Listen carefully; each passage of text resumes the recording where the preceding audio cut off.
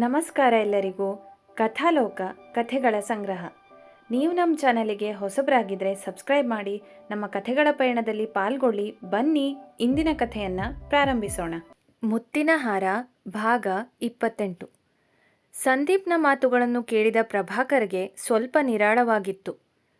ನಂಗೆ ಮಧ್ಯಾಹ್ನ ಪೂರ್ತಿ ಇದೇ ಚಿಂತೆ ಆಗ್ಬಿಟ್ಟಿತ್ತು. ಈಗ ಎದೆ ಮೇಲಿನ ಎಲ್ಲ ಭಾರ ಇಳಿದಂತಾಯಿತು. ಇದು ಹೀಗೆ ಇಷ್ಟು ಬೇಗ ಸರಳವಾಗಿ ಬಗೆಹರಿಯುತ್ತೆ ಅಂತ ಅಂದ್ಕೊಂಡಿರಲಿಲ್ಲ. ಸಂದೀಪ್, ನೀನಿರೋದಕ್ಕೆ ನಾನು ಸಮಾಧಾನದಿಂದ ಇದ್ದೀನಿ. ನಾನು ಫ್ರೆಶ್ ಆಗಿ ಸ್ವಲ್ಪ ಹೊತ್ತು ವಿಶ್ರಾಂತಿ ತಗೊಳ್ತೀನಿ ಎಂದು ಹೇಳಿ ಪ್ರಭಾಕರ್ ಅಲ್ಲಿಂದ ಹೋಗಿದ್ದರು. ಆ ಸಂದರ್ಭದಲ್ಲಿ ಸಂದೀಪ್ ಏನನ್ನೋ ಹೇಳಬೇಕೆಂದುಕೊಂಡಿದ್ದ ಎನ್ನುವುದು ಮಾಲತಿಗೆ ಮರೆತು ಹೋಗಿತ್ತು. ರಾತ್ರಿ ಊಟದ ಸಮಯ. ಮಾಲತಿ, ಪ್ರಭಾಕರ್ ಮತ್ತು ಸಂದೀಪ್ ಊಟ ಮಾಡುತ್ತಿದ್ದರು. ಆಗ ಅಚಾನಕ್ಕಾಗಿ ಮಾಲತಿಗೆ ಸಂದೀಪ್ ಹೇಳಿದ್ದು ನೆನಪಾಗಿತ್ತು. ಸಂದೀಪ್, ನೀನೇನೋ ಹೇಳಬೇಕು ಅಂತ ಅಂದ್ಕೊಂಡಿದ್ಯಲ್ಲ ಆಗಲೇ. ಈ ಛತ್ರದ ಅವಾಂತರದಲ್ಲಿ ಎಲ್ಲ ಮರ್ತೋಯ್ತು ನೋಡು. ಈಗ ಹೇಳು ಏನಂತ. ಅಪ್ಪ ಕೂಡ ಇಲ್ಲೇ ಇದ್ದಾರೆ ಎಂದರು ಮಾಲತಿ. ಸಂದೀಪ್ಗೆ ಏನು ಹೇಳಬೇಕೆಂದು ಗೊತ್ತಾಗಲಿಲ್ಲ. ಅವನು ಹೇಳುವ ಮುಂಚೆಯೇ ಅವನ ಸಮಸ್ಯೆ ಇಲ್ಲವಾಗಿತ್ತು. ಈಗ ಏನು ಹೇಳುವುದು ಎಂದು ಯೋಚಿಸುತ್ತಾ ಕುಳಿತ.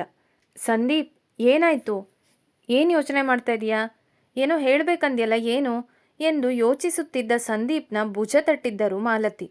ಹಾಂ ಅದು ಏನಿಲ್ಲ, ಹೀಗೆ ಏನೋ ಹೇಳಬೇಕು ಅಂದ್ಕೊಂಡಿದ್ದೆ, ಈಗ ಮರ್ತೋಯ್ತು ಎಂದು ತಡವರಿಸಿದ್ದ. ಅವನು ತಡವರಿಸಿದ್ದನ್ನು ನೋಡಿ, ನೀನೇನೋ ನಮ್ಗೆ ಹೇಳಬೇಕು ಅಂತ ಅಂದ್ಕೊಂಡಿದ್ದೆ ಅನ್ನೋದು ಗೊತ್ತಾಯಿತು ನನಗೆ. ಏನಂತ ಹೇಳು. ಮುಜುಗರ ಏನೂ ಬೇಡ. ಏನಾದರೂ ಸಹಾಯ ಬೇಕಿತ್ತ ನಮ್ಮಿಂದ ಎಂದು ಕೇಳಿದ್ದರು ಪ್ರಭಾಕರ್. ಸಂದೀಪ್ಗೆ ಏನೂ ಹೊಳೆಯುತ್ತಿರಲಿಲ್ಲ. ಅದು ಪ್ರಾರ್ಥನಾ ಎಂದಿದ್ದ ಅವನು. ಏನೋ ಅವಾಗಿಂದ ಅದು ಅಂತ ಹೇಳ್ತಾ ಇದೀಯಾ? ಈಗ ಪ್ರಾರ್ಥನಾ ಅಂತ ಶುರು ಮಾಡಿದ್ಯಾ? ಏನು ಸರಿಯಾಗಿ ಹೇಳು ಸಂದೀಪ್. ಮೊದಲೇ ಒಂದು ಪರಿಸ್ಥಿತಿ ಎದುರಾಗಿದೆ. ಪ್ರಾರ್ಥನಾ ಮನೆಯವ್ರ ಹತ್ರ ಬೇರೆ ಮಾತಾಡಬೇಕು. ಇನ್ನೀಗ ನೀನು ಮತ್ತೇನೋ ಅವಾಂತರ ಮಾಡೋ ಥರ ಅನಿಸ್ತಿದೆ. ಅದೇನಂತ ಸರಿಯಾಗಿ ಹೇಳು ಎಂದರು ಮಾಲತಿ. ಅದು ಅಮ್ಮ, ನಾನು ಪ್ರಾರ್ಥನಾ ಇಲ್ಲೇ ಒಂದಿನ ಹೊರಗಡೆ ಹೋಗಿ ಬರಬೇಕು ಅಂತ ಥಟ್ಟನೆ ಹೇಳಿದ್ದ ಸಂದೀಪ್. ಇದನ್ನು ನೀನು ಹೇಳಬೇಕು ಅಂತ ಅಂದ್ಕೊಂಡಿದ್ಯಾ? ಅಲ್ಲ, ಹೊರಗಡೆ ಹೋಗೋದ್ರಲ್ಲಿ ಏನಿದೆ? ನೀನು ಇವಾಗಲೂ ಅವಳನ್ನು ಭೇಟಿ ಮಾಡ್ತಾ ಇದೀಯಾ ತಾನೇ ಕೇಳಿದರು ಮಾಲತಿ. ಅದು ಹಾಗಲ್ಲಮ್ಮ. ಅಂದರೆ ಅದು ರಾಗಿಣಿ ಮನೆಗೆ ಬರೋಕೆ ಹೇಳಿದ್ಲು. ನೀವಿಬ್ಬರು ಬನ್ನಿ ಅಂತ ಕರೆದಿದ್ಲು. ಅದಕ್ಕೆ ನಂಗೆ ಹೇಗೆ ಕೇಳಬೇಕು ಅಂತ ಗೊತ್ತಾಗ್ತಾ ಇಲ್ಲ. ಒಂದು ಸುಳ್ಳು ಹೇಳಿದ್ದ ಸಂದೀಪ್. ಏನು ಹೇಳ್ತಾ ಇದೀಯಾ ಅಂತಾನೆ ಗೊತ್ತಾಗ್ತಾ ಇಲ್ಲ. ಹೊರಗಡೆ ಹೋಗಬೇಕು ಅಂದೆ, ಈಗ ರಾಗಿಣಿ ಕರಿತಿದ್ದಾಳೆ ಅಂತಿದ್ಯಾ ಎಂದರು ಪ್ರಭಾಕರ್. ಅದೇ, ಹೊರಗಡೆ ಅಂದರೆ ರಾಗಿಣಿ ಮನೆಗೆ ಹೋಗ್ಬೇಕಂತ. ಅದು ಮದುವೆಗಿಂತ ಮುಂಚೆ ಹೋಗೋದಲ್ವಾ. ನಿಮ್ಮನ್ನು ಕೇಳಬೇಕು ಅಂತ ಹೇಳಿದ್ಲು ರಾಗಿಣಿ. ಅವಳು ಮೊದಲೇ ಮನೇಲಿ ಹೇಳಿದಾಳಂತೆ. ಆದರೆ ನಿಮ್ಮನ್ನು ಒಂದ್ಸಲ ಕೇಳಿ ತಿಳಿಸು ಅಂತ ಹೇಳಿದ್ಲು. ಅದನ್ನೇ ನಿಮ್ಮಿಬ್ಬರನ್ನ ಕೇಳೋಣ ಅಂತ ಅಂದ್ಕೊಂಡಿದ್ದೆ ಅಷ್ಟೆ ಎಂದು ವೇಗವಾಗಿ ಹೇಳಿದ್ದ ಸಂದೀಪ್. ಅಯ್ಯೋ, ಇಷ್ಟೇನಾ? ಅದರಲ್ಲೇನಿದೆ ಪ್ರಾಬ್ಲಮ್? ರಾಗಿಣಿ ಮನೆಗೆ ಹೋಗಿ ಬರೋದು ತಾನೆ. ಇದನ್ನೆಲ್ಲ ನಮ್ಮ ಹತ್ರ ಕೇಳಬೇಕು ಅಂತ ಇಲ್ಲ. ನೀವು ಹೋಗಿ ಬನ್ನಿ. ಆದರೆ ಪ್ರಾರ್ಥನಾ ಮನೇಲಿ ಕೂಡ ಒಂದ್ಸಲ ಮಾತಾಡಿ ಅಷ್ಟೆ ಎಂದಿದ್ದರು ಪ್ರಭಾಕರ್. ಹೌದು ಎಂದು ತಲೆಯಲ್ಲಾಡಿಸಿ, ಅಪ್ಪ, ನನ್ನನ್ನು ಕ್ಷಮಿಸಿ. ನಾನು ನಿಮ್ಮ ಹತ್ರ ಸುಳ್ಳು ಹೇಳ್ತಾ ಇದ್ದೀನಿ. ನಮಗೆ ಈಗ ಬೇರೆ ದಾರಿ ಇಲ್ಲ ಎಂದು ಮನಸ್ಸಿನಲ್ಲಿ ಅಂದುಕೊಂಡಿದ್ದ ಸಂದೀಪ್. ಸಂದೀಪ್ನ ಈ ಮೌನ ಮತ್ತು ಅನುಮಾನಾಸ್ಪದವಾದ ಉತ್ತರದ ಬಗ್ಗೆ ಮಾಲತಿ ಮತ್ತು ಪ್ರಭಾಕರ್ ಅಷ್ಟೊಂದು ಗಮನ ಕೊಟ್ಟಿರಲಿಲ್ಲ. ಮರುದಿನ ಮೂವರು, ರಾಗಿಣಿ, ಪ್ರಾರ್ಥನಾ ಮತ್ತು ಸಂದೀಪ್, ಪ್ರಾರ್ಥನಾಳ ಮನೆಯಲ್ಲಿ ಮದುವೆ ಮುಂದಕ್ಕೆ ಹಾಕುವ ಬಗ್ಗೆ ಮಾತನಾಡಬೇಕೆಂದುಕೊಂಡಿದ್ದರಿಂದ ಅವಳ ಮನೆಯಲ್ಲಿಯೇ ಭೇಟಿಯಾಗುವುದು ಎಂದು ನಿರ್ಧಾರವಾಗಿತ್ತು. ಸಂಜೆಯಾಗುತ್ತಿದ್ದಂತೆ ಸಂದೀಪ್ ಮತ್ತು ರಾಗಿಣಿ ಪ್ರಾರ್ಥನಾ ಮನೆಗೆ ಬಂದಿದ್ದರು. ಅವಳು ಈಗಾಗಲೇ ಮನೆಗೆ ಬಂದು ಫ್ರೆಶ್ ಆಗಿದ್ದಳು. ಬೆಳಿಗ್ಗೆಯೇ ನಿರ್ಧಾರ ಮಾಡಿದ್ದರಿಂದ ಆಫೀಸ್ನಿಂದ ಸ್ವಲ್ಪ ಬೇಗ ಬಂದಿದ್ದಳು. ಸುಲೋಚನಾ ಎಲ್ಲರಿಗೂ ಕಾಫಿ ಮತ್ತು ಸ್ನ್ಯಾಕ್ಸನ್ನು ತಂದಿಟ್ಟರು. ಕಾಫಿ ಕುಡಿಯುತ್ತಾ ಸಂದೀಪ್ ಶಿವಸ್ವಾಮಿಯ ಜೊತೆ ಮಾತನಾಡಲು ಶುರು ಮಾಡಿದ. ಅಂಕಲ್, ಅದು ನಾನೊಂದು ವಿಷಯ ಹೇಳಬೇಕಿತ್ತು. ಇದು ತುಂಬ ಸೀರಿಯಸ್ ಆಗಿರೋ ವಿಷಯ. ಅಪ್ಪನೇ ನಿಮ್ಮ ಹತ್ರ ಮಾತಾಡ್ತೀನಿ ಅಂತ ಹೇಳಿದ್ರು, ಆದರೆ ನಾನೇ ಮಾತಾಡ್ತೀನಿ ಅಂದೆ. ಶಿವಸ್ವಾಮಿಯ ಜೊತೆ ಪ್ರಾರ್ಥನಾ ಮತ್ತು ರಾಗಿಣಿ ಕೂಡ ಗಾಬರಿಯಾಗಿದ್ದರು.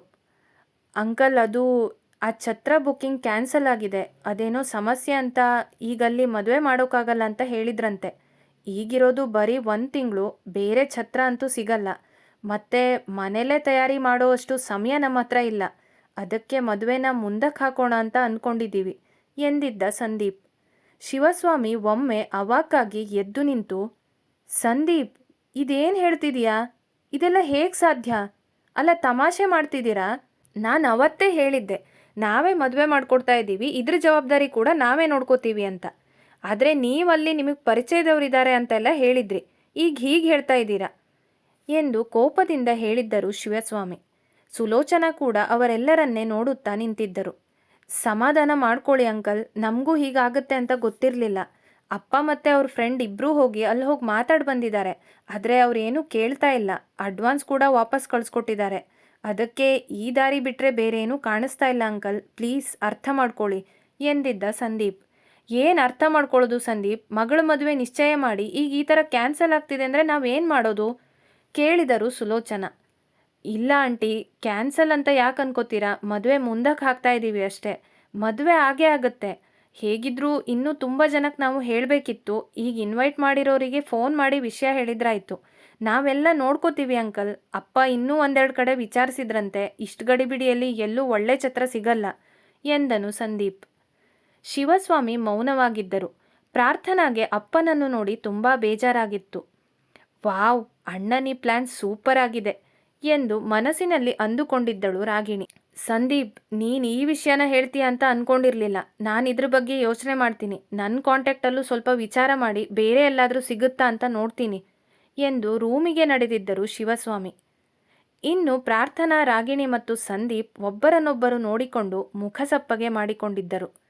ಸ್ವಲ್ಪ ಹೊತ್ತು ಮೂವರು ಅಲ್ಲೇ ಕೂತು ಮಾತನಾಡುತ್ತಿದ್ದರು. ಅಷ್ಟರಲ್ಲಿ ಶಿವಸ್ವಾಮಿ ಮರಳಿ ಬಂದು, ನಾನು ನಿನ್ನ ಅಪ್ಪನ ಹತ್ರ ಮಾತಾಡಿದೆ, ಮತ್ತು ನಂಗೆ ಗೊತ್ತಿರೋ ಸ್ವಲ್ಪ ಜನಕ್ಕೂ ಫೋನ್ ಮಾಡಿ ಛತ್ರ ಸಿಗುತ್ತಾ ಅಂತ ಕೇಳಿದೆ. ಆದರೆ ಅದು ಸಾಧ್ಯ ಇಲ್ಲ ಅಂದರು. ನಾನವಾಗ ಸಿಟ್ಟಲ್ಲಿ ಏನೇನೋ ಮಾತಾಡಿದೆ. ನನ್ನನ್ನು ಕ್ಷಮಿಸು ಸಂದೀಪ್. ಈಗೆಲ್ಲ ಸೇರಿ ಒಂದು ನಿರ್ಧಾರಕ್ಕೆ ಬರಬೇಕು. ನೀನು ಹೇಳಿದ ಹಾಗೆ ಮುಂದಕ್ಕೆ ಹಾಕೋಣ. ನಾಳೆನೇ ನಾನು ಪುರೋಹಿತರ ಹತ್ರ ಮಾತಾಡಿ ಬರ್ತೀನಿ ಎಂದರು ಶಿವಸ್ವಾಮಿ.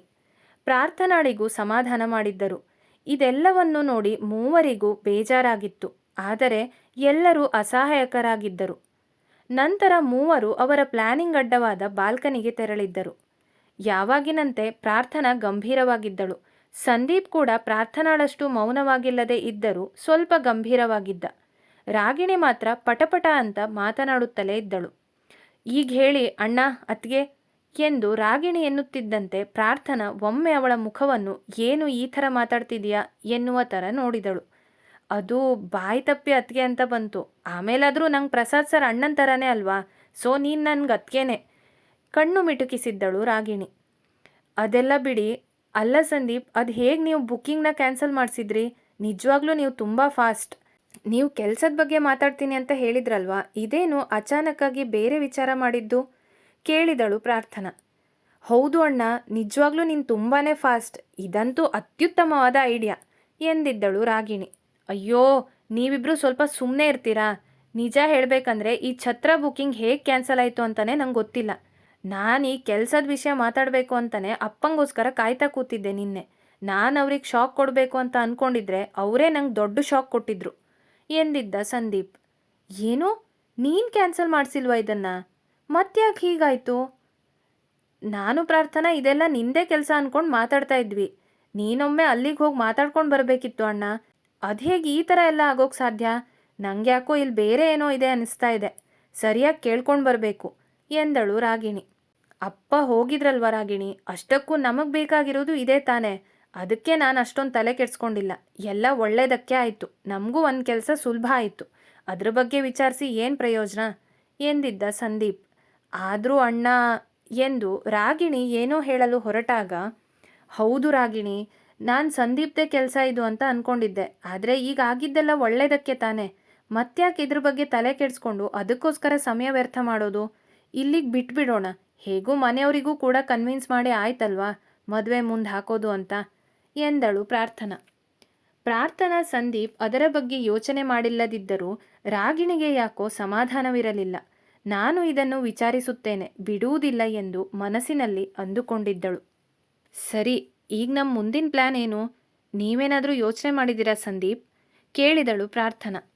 ಸಂದೀಪ್ ಅವರಿಬ್ಬರ ಮುಖ ನೋಡಿ, ನಾವೀಗ ಪ್ರಸಾದ್ ಮನೆಗೆ ಹೋಗಿ ಬರೋಣ. ಅಲ್ಲಿ ಇನ್ನೊಂದು ಸಲ ಅಕ್ಕಪಕ್ಕದವ್ರ ಜೊತೆ ಮಾತಾಡಿ ವಿಚಾರಿಸೋಣ.